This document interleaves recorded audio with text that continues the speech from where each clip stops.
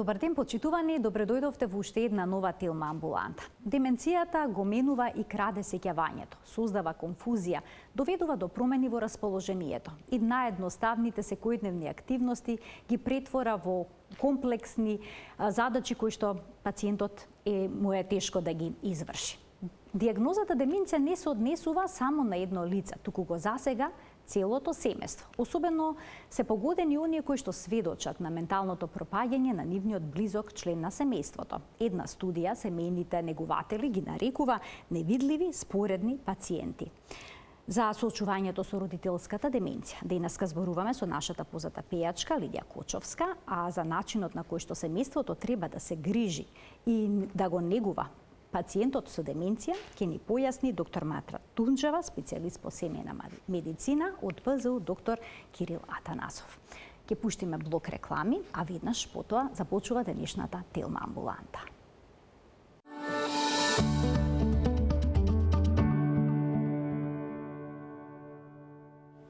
Дијагнозата деменција се однесува на целото семејство, не само на пациентот. Го погодува брачниот партнер, децата, поширокото семејство, пријателите. За родителската деменција денеска зборуваме со Лидија Кочовска, која што со мене во студиото на Телма. Добар ден, Лидија. Добар ден.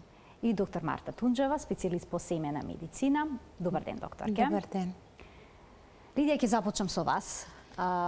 Вашата мајка околу 5 години страдаше од деменција. Ова година во август почина на 81 година.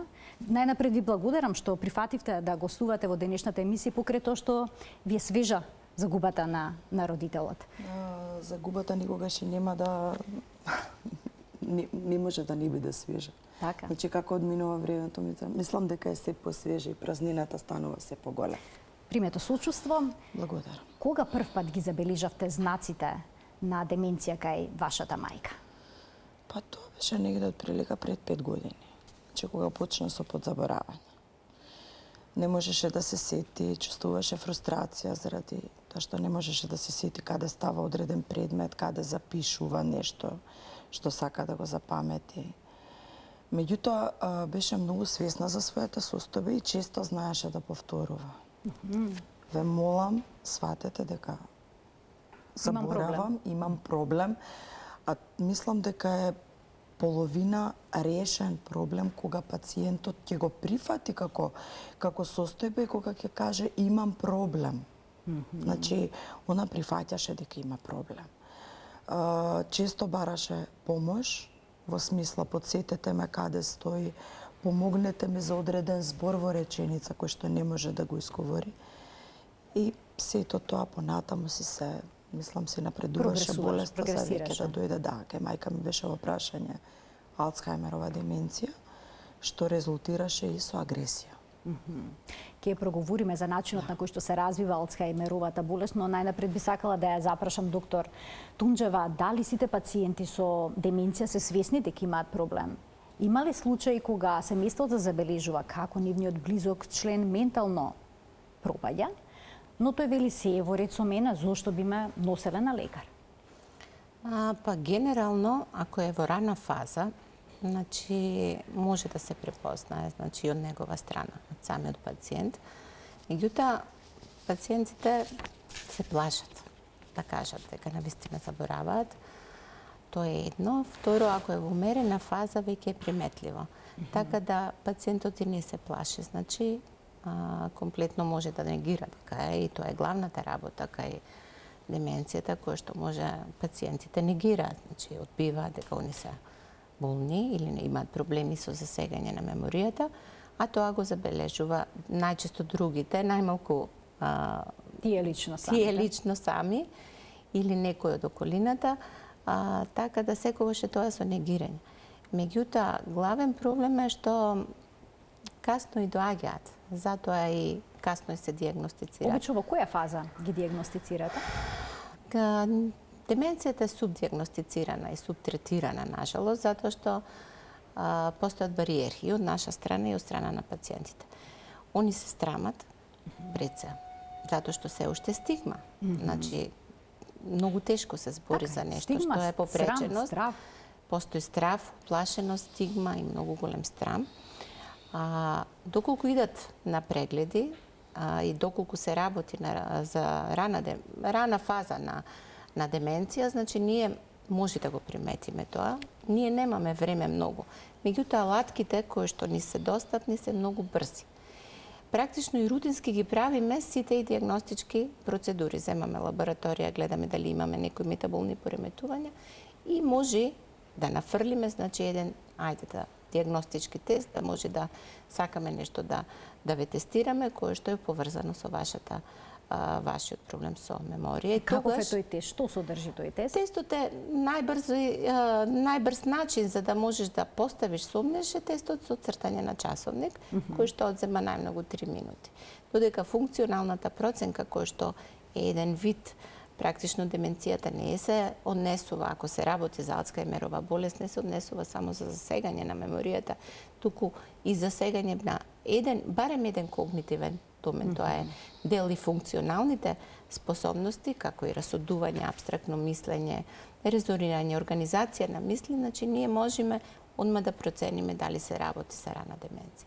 Она што е битно, што никој не сака да дојде на преглед, циљано за да се прегледа дека има засегање на меморија, барем на почетокот. А кога е во умерена фаза, веќе и него не му ни значи на самиот пациент, затоа што не можеш, нема потреба од докажување, него семејството може да повика лекар или да ни соопшти дека се работи за засегање. Може да повика, значи, во домот лекар, така? Па најчесто да, ако не сакаат да дојдат.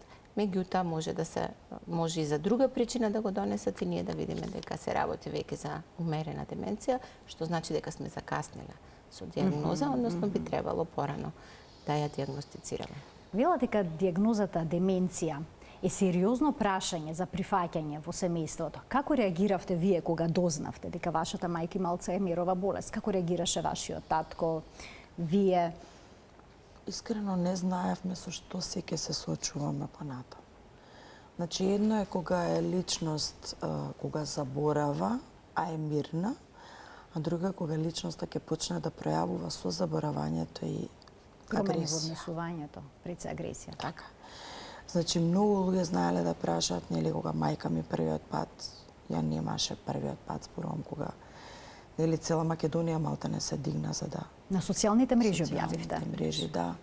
Колку што не ги сакам социјалните мрежи, колку што се некорисни од една страна, толку користат во овој случај, во овој и во многу други случаи.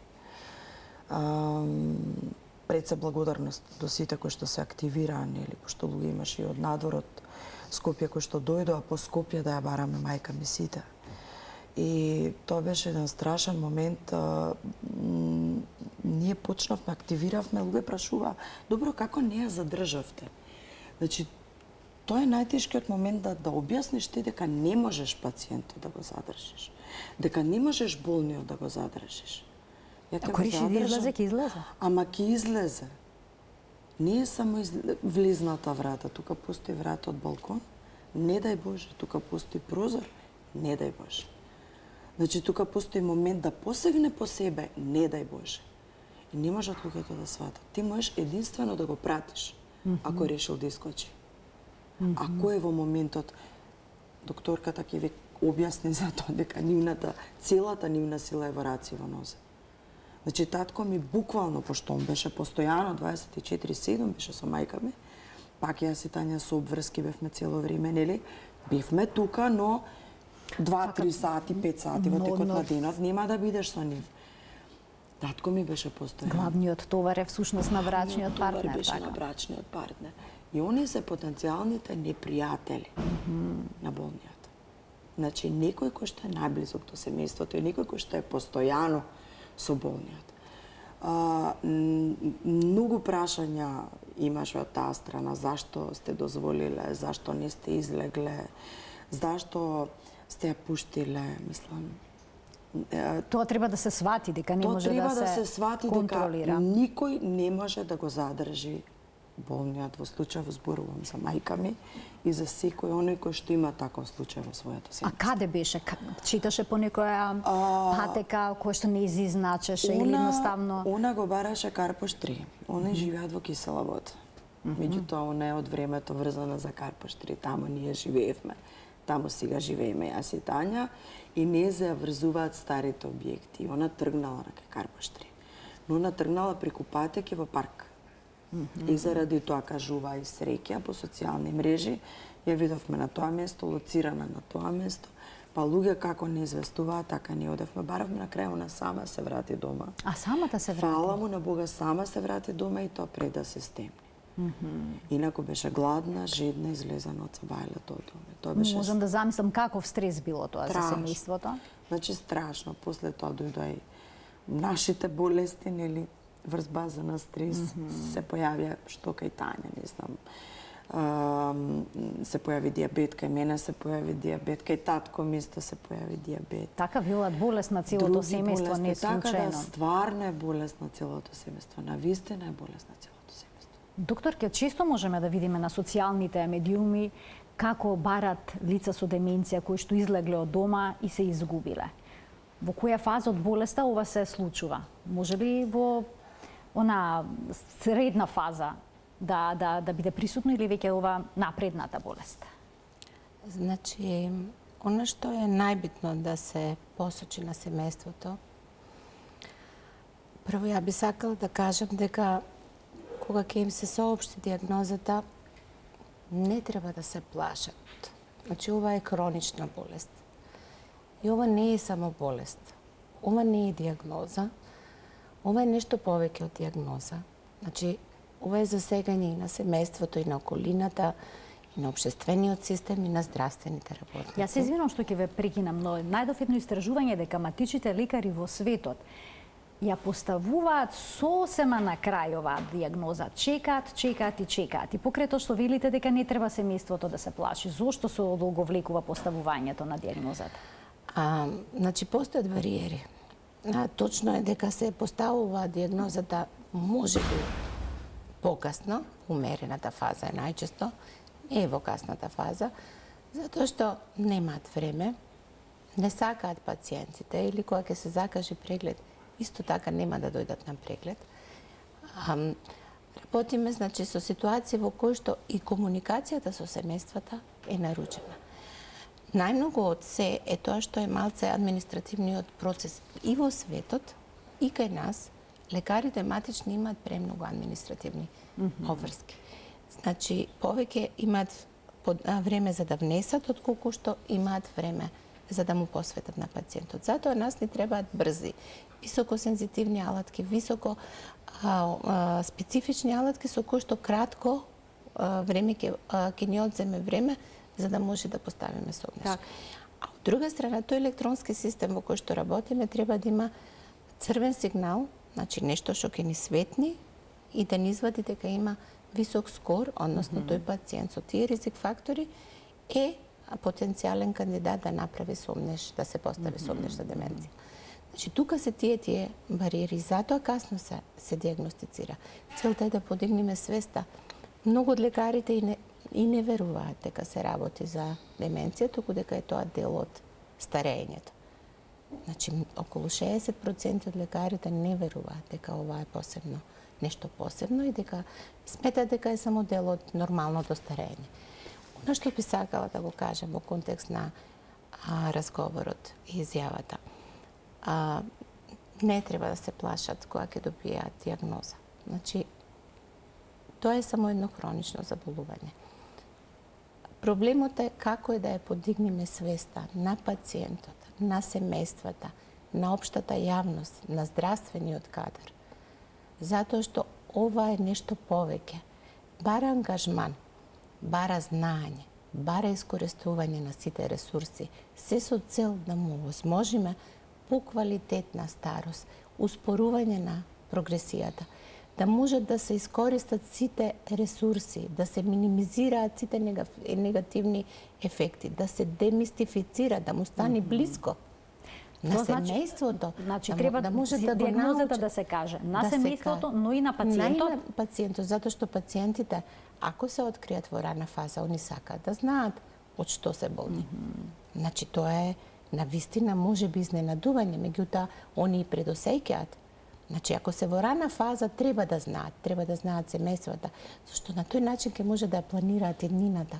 Така. Можат сите социјални и правни аспекти.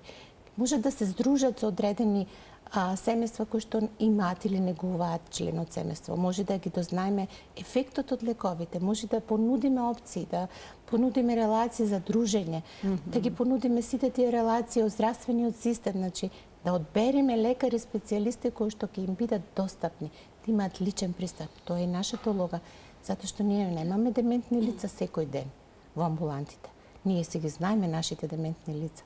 Затоа сме им достапни.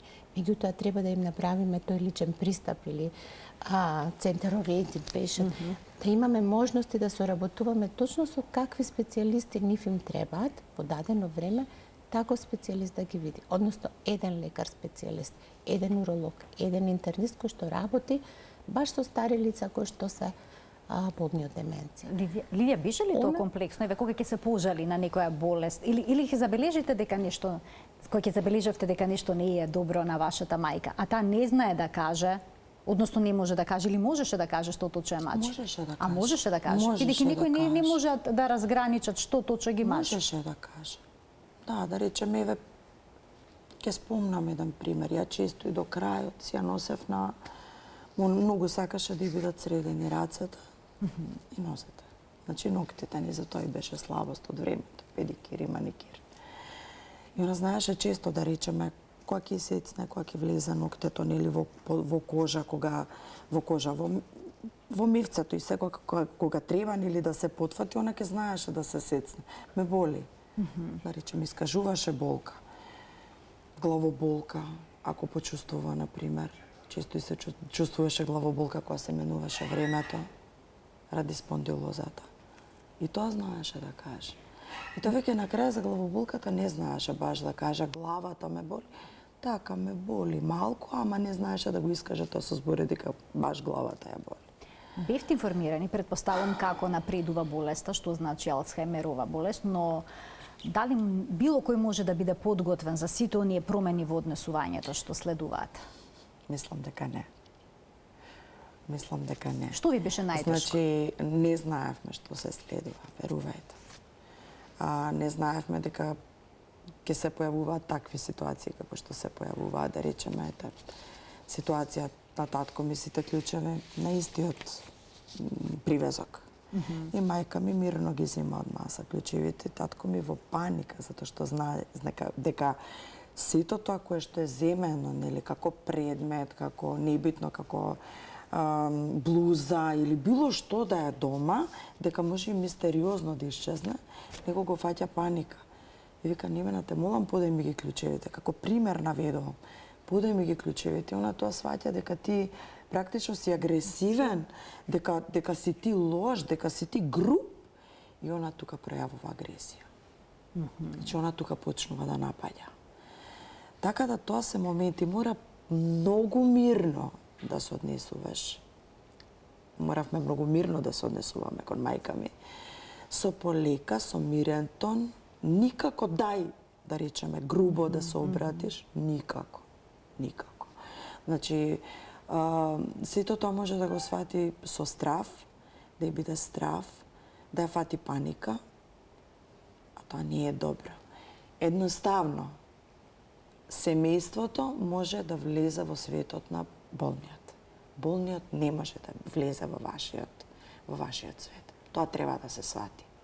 И да се разговара на негов јазик. Јас тоа го сватав. Како да се соочат со агресијата семејствата, членовите на семејството нешто се грижат за лицето со деменција? Значи, членовите на семејствата се ексклузивните негователи. Они се тие кои што најмногу се со нив, нели? Цело време, они патат, они се прилагодуваат и они се модифицираат заради тоа што нивното глобално пропаѓање секојдневно, они не може да се прилагодат на претходниот момент, како им било, не па да се прилагодат на одредена ситуација.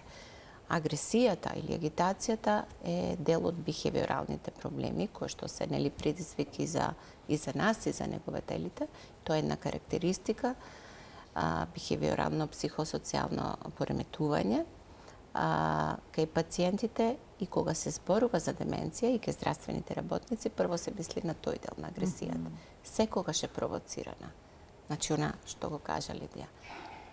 Секогаш треба да се зборува на едно ниво. Крајно позитивен да си. Лице во лице да го ословуваш со име. Сигурно е многу тешко, така. Значи, многу често пациентите, така и во литературата, викаат, докторот разговараше со сопругата како јас да не сум тука или преку мене. Значи, они го осеќаат тоа. Сакаат да разговарате лице в лице, во прво лице еднина, да се поставуваат многу прости, едноставни, затворени прашања или фокусирани. Ако му поставиме отворено прашање, значи може да се изгуби. Прво не може да го одговори, второ тоа ќе биде со заобиколени одговори и може да се изгуби, на крајот може и да се расплачи. Значи, тоа е тоа што го провоцира. Повисок тон, шум, галама, значи може затоа што не може да се прилагоди. Секоја секунда се случува промена. Не може да ги концепира и организира мислите, а камоли значи да се добие одговор. Затоа и таа галама е многу провоцирачка. Однос на агитацијата, кога ме прашувате, значи агитацијата секогаш треба првите да се види од која е причина. Ако се случува да лутаат, 2 дена, 3 дена да стануваат, да шетаат од соба во соба, значи да се облекуваат, да ги собираат алиштата и да одат дома. А они се дома. Значи, они ја бараат својата дома од детството. Значи, ке мајките си одат. Сакаат да си одат ке мајките. Се извинувам што ќе прекинам, тоа беше голем проблем кај мајка ми. Значи, веќе 2 недели пред да ја однесеме во дом, тоа беше главен проблем. Значи, со сите ствари на светот, се што можела да собере, сакам да одам дома, на врата за станата и сакам да одам дома. Значи, тоа беше последните 2 недели секој ден. На низиниот дом од детството, постојано се навраќаше, гледаше ли, да речеме, албуми со слики, се навраќаше ли на минатото, зборуваше ли за детството постојано? Постојано. И сакаше да оди, многу сакаше да оди. И често, најчесто ја баравме, мајка ми е стара новомалчанка, че точно нивната куќа е Олимписки базен. Она чудо како се упатуваше од дома и по улички да оди, она ќе успее до таму да стигне. И после од таму ќе го бара карпоштри, а тука више ако има стари објекти, ќе се ориентира. Не, ако има стари објекти се ориентира, ако има нов објект, веќе е тотално дезориентирана и не може да се снајде. Тука е голем проблем, така и се губат практично. Така, тоа е неуморна енергија, значи може 24 сати да пешачи. Значи, во добра физичка кондиција. Значи, таа енергија невидена. Меѓутоа нема кочница. И тогаш се исцрпуваат. Од која ќе се постигне целта, на крајот паѓаат, се исцрпуваат, затоа што за тоа се да испешачиш 10 или 15 километри треба енергија за лице кое што е во умерена фаза и кое што слабее, во тој период слабеат. Значи, тоа е тоа што го збориме. Ако е агитацијата од органска причина, тогаш треба да ја најдеме причина. Најчесто се уринарни инфекции. Значи, они знаат да се чепкаат, да се слекуваат, значи или ги боли стомак, или им се оди по голема нужда. Може да имаат оталгија, зап, да не можат да кажат, да имаат главоболка, да имаат досада, дискомфорт, несоници. Значи, причината може било вироза, ковид, за време на ковид, а типични имавме примери за ковид деменција. Они беа засегнати со белодробија, а имавме атипичен делириум, значи кој што покасно се успостави дека се работи за ковид инфекција. Ако не е од органска причина, тогаш нешто се сменило дома. Или негователот му е сменет, кој што може да биде и лице кое што го негува, или некоја промена дома.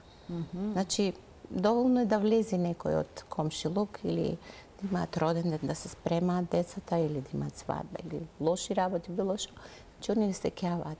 Тогаш се агитирани се извинувам, затоа што не можат да пратат, затоа што не можат да ги организираат мислите, затоа што не е исто секојдневието. И тоа е улогата наша. Значи, прво се почнува со дневните рутини, кои што не треба да бидат нарушени, за да они бидат смирени. Кога они се смирени, тогаш може да бидат и подобро функционални за себе. и за да биде организиран денот.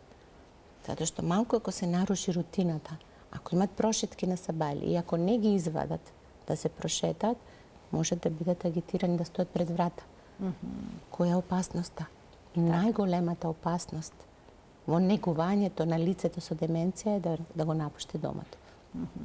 Втората опасност е да се повреди.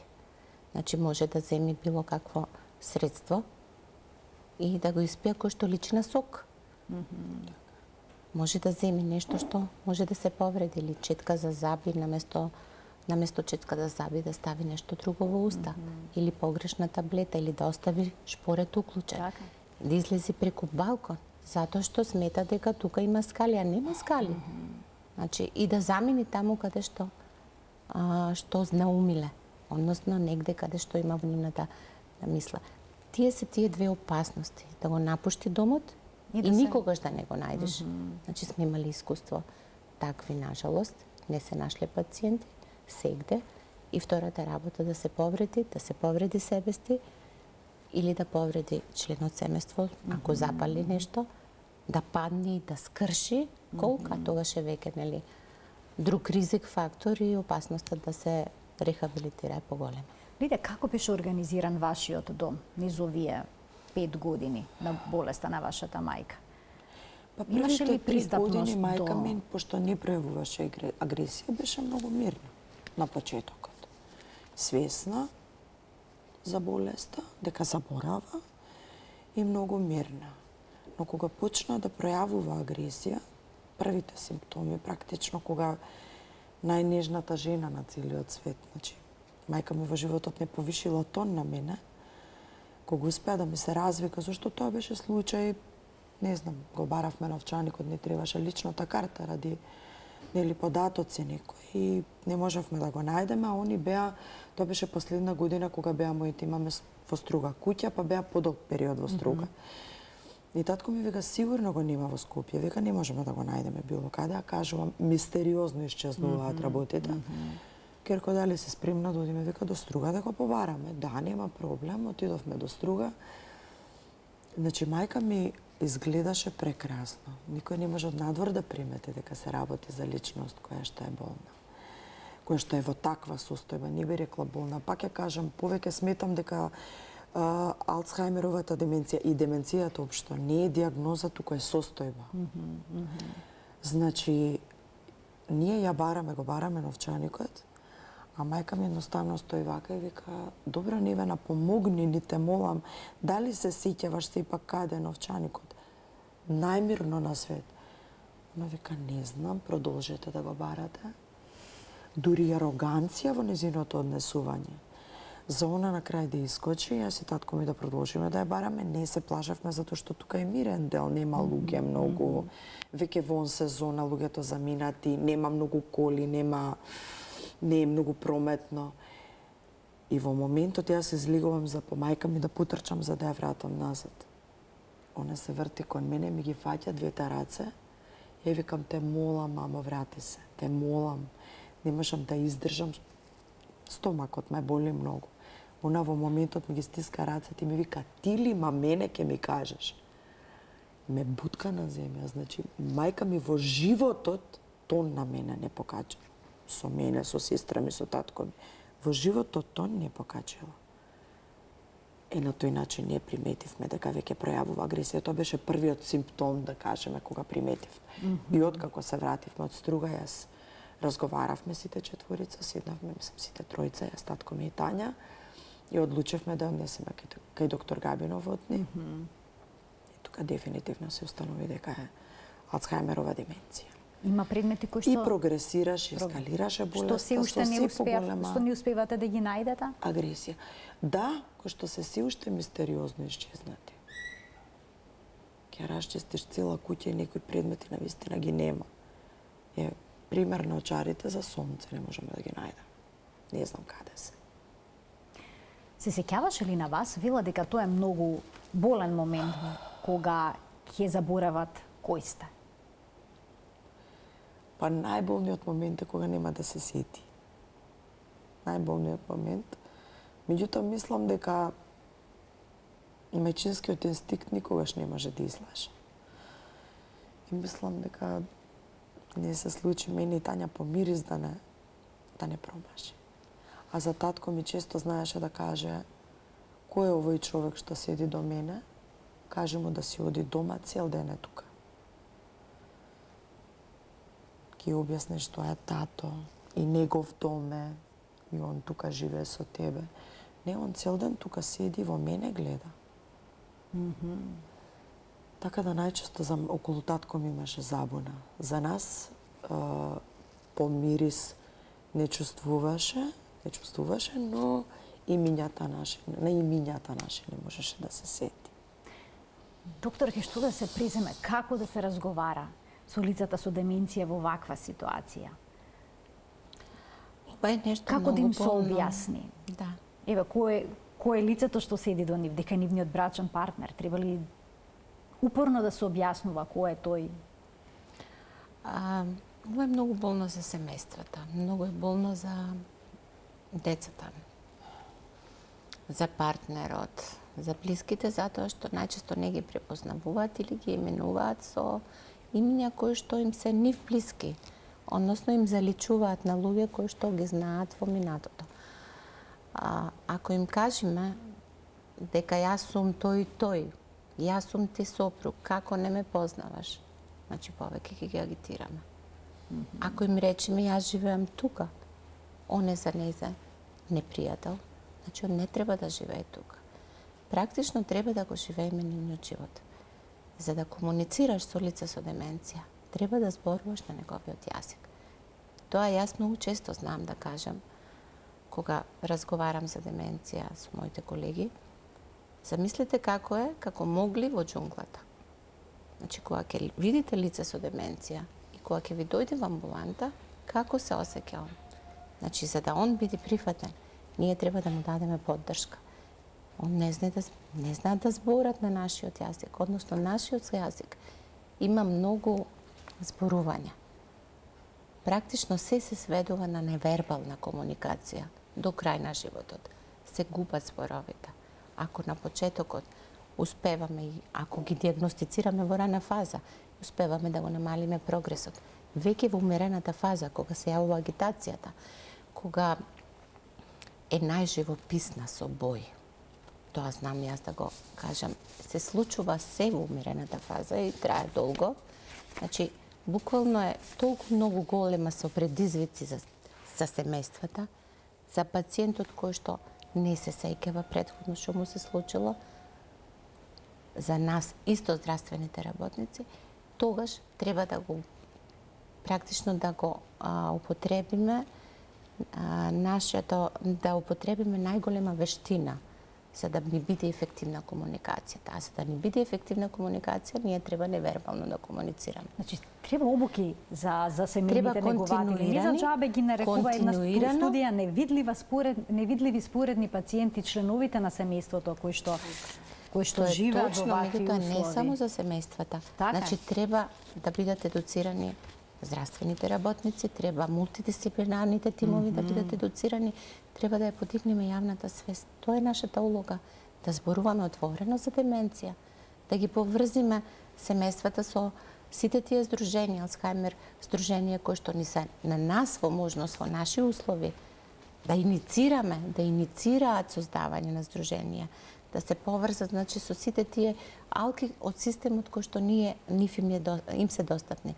Затоа раната диагноза нас ни овозможува да им ги одговориме сите прашања на кои што ќе најдат, за кои што никој, можеби ние не знаеме каков одговор ќе треба. Меѓутоа заеднички ќе асистираме во одлуките, ќе менаџерираме во одлуките заедно со нив, ќе може да им ги максимизираме сите можности и ресурси од општеството. И целта е малку повеќе отворено да зборуваме за деменција. Така, и затоа што веќе неколку пати се потенцира и во оваа емисија потребата за отварање на дневни центри за овие пациенти. Еве, Лидија, од вашето искуство, колкава помош би пружило? И затоа ќе кажам, извини што те прекинувам, дека најмногу сакав денес да бидам тука присутна, за да можам да помогнам и да дадам поддршка, значи, за градење на тие дневни центри, за подигнување на јавната свест. Едноставно, заради искуството, за се она што ние сме го поминали, да не го поминуваат и тие. Значи да им биде олеснато на семејствата, поолеснато во комуникација со болниот, како треба да се однесуваат, па и на крајот на краиштата нема кај нас служба која што како што би можеле да се обратиме кога се губи болниот. Еве излегува, избива од дома. Тебе полиција ти вика 48 часа, но тоа не е здраво исчезнато лице, тоа е болно исчезнато лице. И ти ако го остиш 48 часа, нема да се врати никогаш. Како, не дај Боже. И околу тоа, и околу барањето, значи доколку ги нема, доколку исчезнат, и околу дневните центри, како би можело да им се помогне на семејствата да се однесуваат кон болниот, како да се постават, затоа што верувајте, тоа е Ова е многу сложено, тоа е тоа што магичен го круг. слушнавме, Тоа е магичен круг. Верувајте, магичен круг. Колку што ни забораваат, ако имаат одредена цел, ма колку сакаш ти скренува и внимание, пак од тој круг пак се враќа на истото. Нема заборавање. Тоа е зацртано и крај. Значи, 200 теми можеш, на 200 теми ќе прозбориш.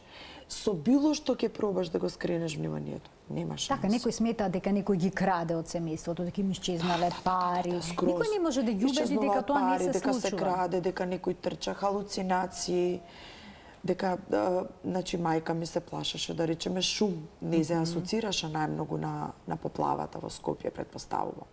И заради тоа и пречеше вода која ќе види голема количина. Значи, ние немавме проблем од таа страна. Така, бидејќи некои лица со деменција се плашат воопшто од вода. Од вода се плашат. Одбиваат да се Тоа е тоа, избањаат. уствари. Бањањето е една од причините да се обратат значи семејствата и да се однесат пациентите во институции. За поставена лична хигиена. Затоа што не им значи дека они не се бањале на семејствата, им значи дека треба да се бањат и тоа е дел од животот. И целта на негувањето е да се одржат тие функции колку што може.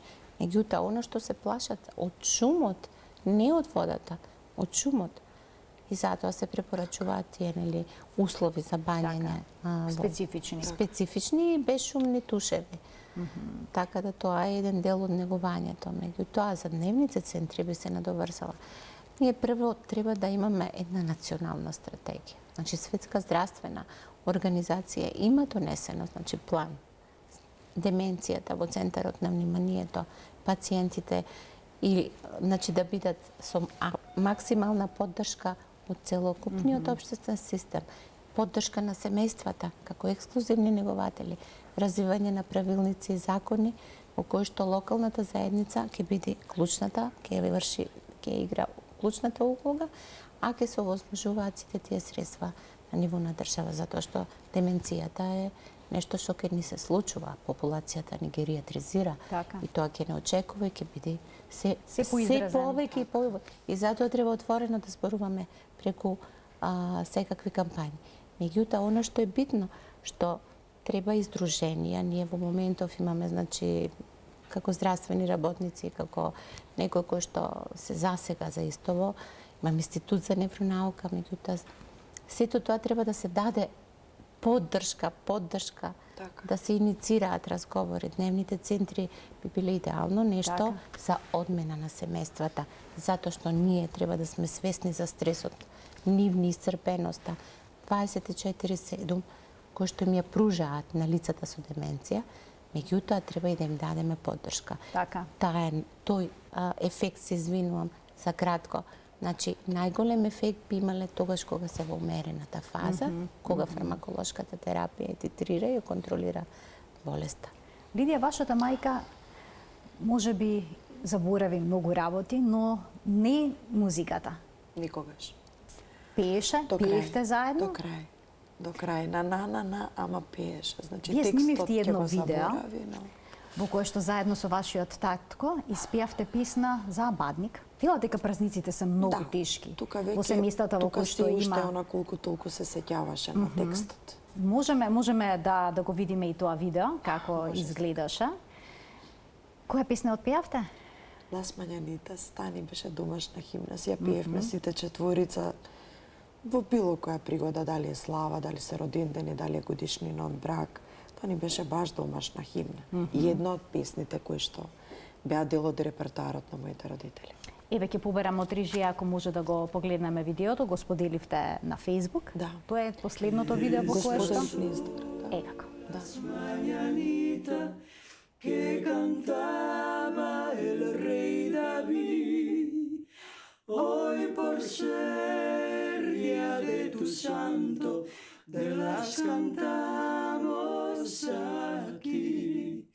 Despierta, mi bien, despierta, mira que ya amaneció.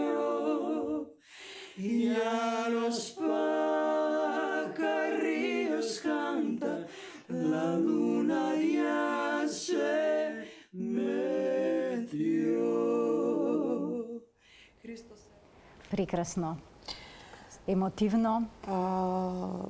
Да, Тања знае често да каже сите органи може да ја атрофираат, но тој орган, музикалитетот, значи музикалноста и она што го работала, што го пела тој. Се сеќаваше на никогаш незината нема да кариера со Магнифико, бидејќи на вистина беа популарни во поранешна Југославија. Се сеќаваше само на песните, се сеќаваше само на мелодијата, на текстовите, не.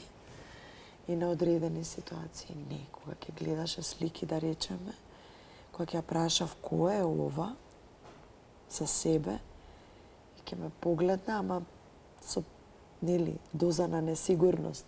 Јас? Викам, ти си, мамо. Така да знаеше, така, на дел на фрагменти знаеше да се сети, па знаеше да заборави, но музиката никогаш не ја заборави, мелодијата. Мелодијата. Како е вашиот татко? Па фала му на Бога, добар. Го крепиме, се држиме сите заедно, тројцата, така да. Малку му е него секако потешко, затоа што јас и Тања сме многу ангажирани со работа, меѓутоа сме многу често со него и Јас ви благодарам што денеска бевте наша гостинка, што го споделивте вашето искуство со родителската деменција. ви благодарам и за поканата, ми беше драго да можам да во поддршката, кажав со сето она што ние сме се соочувале, да им биде улеснато на семејствата кои што имаат вакви случаи, да можат на вистина да имаат каде да се обратат и да им биде олесната болката, колку може да се олесни, барем теретот да им биде олеснет, болката не може да се олесни. Што поскоро се надевам дека ќе се Дај отворат Боже. овие дневни центри. Доктор Марта, се надевам дека ќе се крене свесноста за оваа состојба, дека навремено ќе се јавуваат пациентите со овој проблем за да се издиагностицира и дека срамот, стигмата ќе се надминат. Се надевам јас дека и ние здравствените работници ќе најдеме малку повеќе време ке луѓето со ризик, каде што ќе помислиме дека можеби овој пациент има рана деменција, да направиме брз јалатки и на таков начин ќе им помогнеме и нив, и на себе си, на семејствата, и на крајот ќе зборуваме отворено и ќе ја разјасниме ситуацијата што е деменција и што може да им помогне. Нам помогне. искрено да зборуваат и отворено и во рана фаза кога ќе се појави да не се срама да зборуваат. Така. Че тоа И ние, би затоа го што и ние се потенцирало, плашиме да етикетираме, меѓутоа веќе поинаку треба да ја доживуваме деменцијата.